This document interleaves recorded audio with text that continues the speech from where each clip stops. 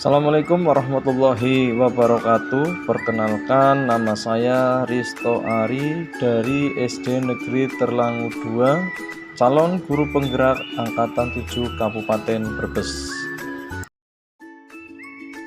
Sebelum mempelajari konsep Ki Hajar Dewantara dalam melakukan pembelajaran di kelas, saya masih kesulitan untuk mendesain pembelajaran yang berpusat pada murid dengan memperhatikan bakat dan minat murid.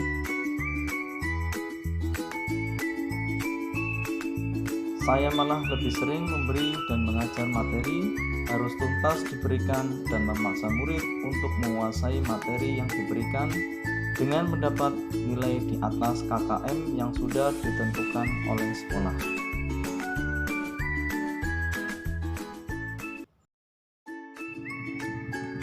Saya juga jarang sekali melakukan refleksi baik dari murid maupun dari teman sejawat terkait pembelajaran yang sudah saya lakukan, sehingga saya tidak mengetahui sejauh mana keberhasilan proses pembelajaran yang sudah saya lakukan, apa sudah mengalami kemajuan atau belum.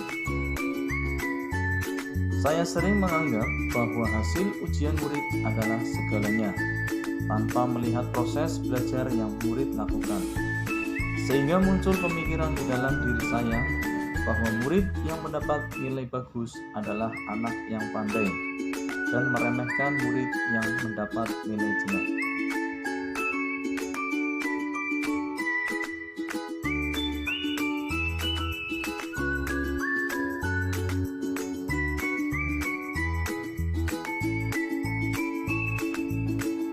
Hal ini yang terkadang membuat murid hanya berambisi untuk mendapatkan nilai ujian yang lebih bagus tanpa menghiraukan proses pembelajaran yang ada di kelas. Kurangnya kedekatan emosional yang saya lakukan kepada murid sehingga penanaman nilai-nilai karakter kurang terbangun dengan baik.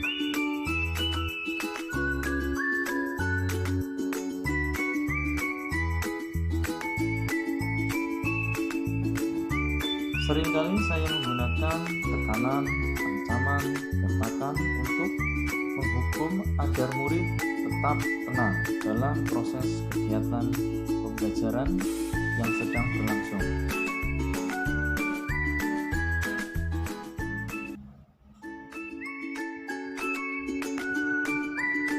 Setelah saya mengikuti program guru penggerak angkatan ke-7 ini, saya memahami filosofi pendidikan menurut Ki Hajar Dewantara.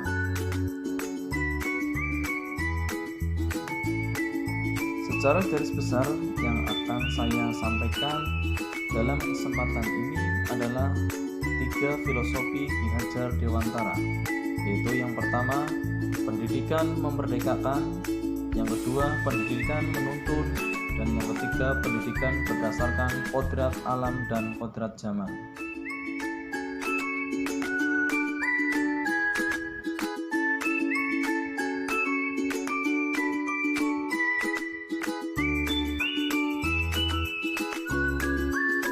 Pendidikan memerdekakan. Merdeka dalam belajar artinya anak mempunyai perasaan, tidak ada tekanan sesuai dengan minat dan bakatnya.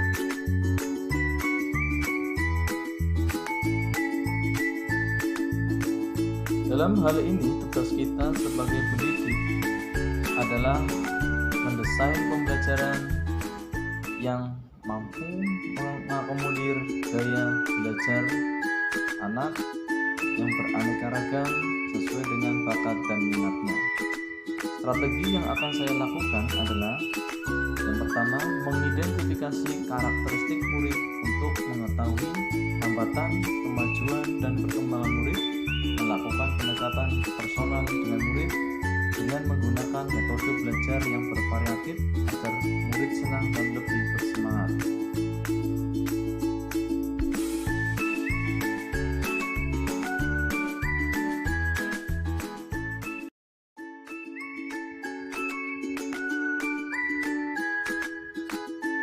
Pendidikan menuntun. Kita tidak bisa memaksa kehendak kita untuk diikuti oleh murid.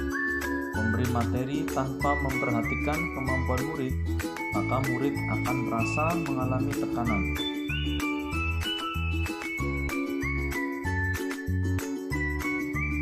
Dalam hal ini, strategi yang akan saya lakukan atau saya terapkan adalah yang pertama, menyampaikan manfaat dan tujuan pembelajaran. Kemudian yang kedua, merancang pembelajaran yang berpusat pada murid. Yang ketiga, melakukan pendekatan emosional kepada murid dengan cara saling bercerita dan saling menghargai pendapat.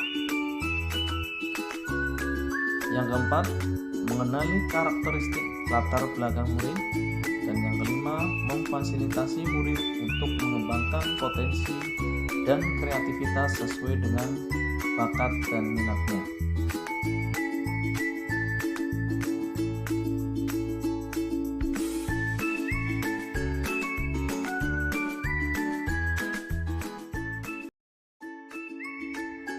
Pendidikan sesuai dengan kodrat alam dan kodrat zaman. Sering kita menggunakan cara pembelajaran dengan metode yang lama diterapkan di pembelajaran sekarang, sehingga kita kadang mengalami kesulitan. Memberi pembelajaran kepada murid, kita harus menyesuaikan dengan kodrat alam dan kodrat zaman.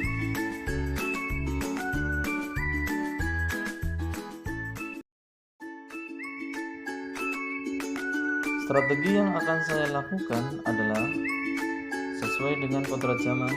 Pembelajaran disesuaikan dengan perkembangan abad 21. Maka dalam pembelajaran akan menggunakan media pembelajaran yang berbasis TIK.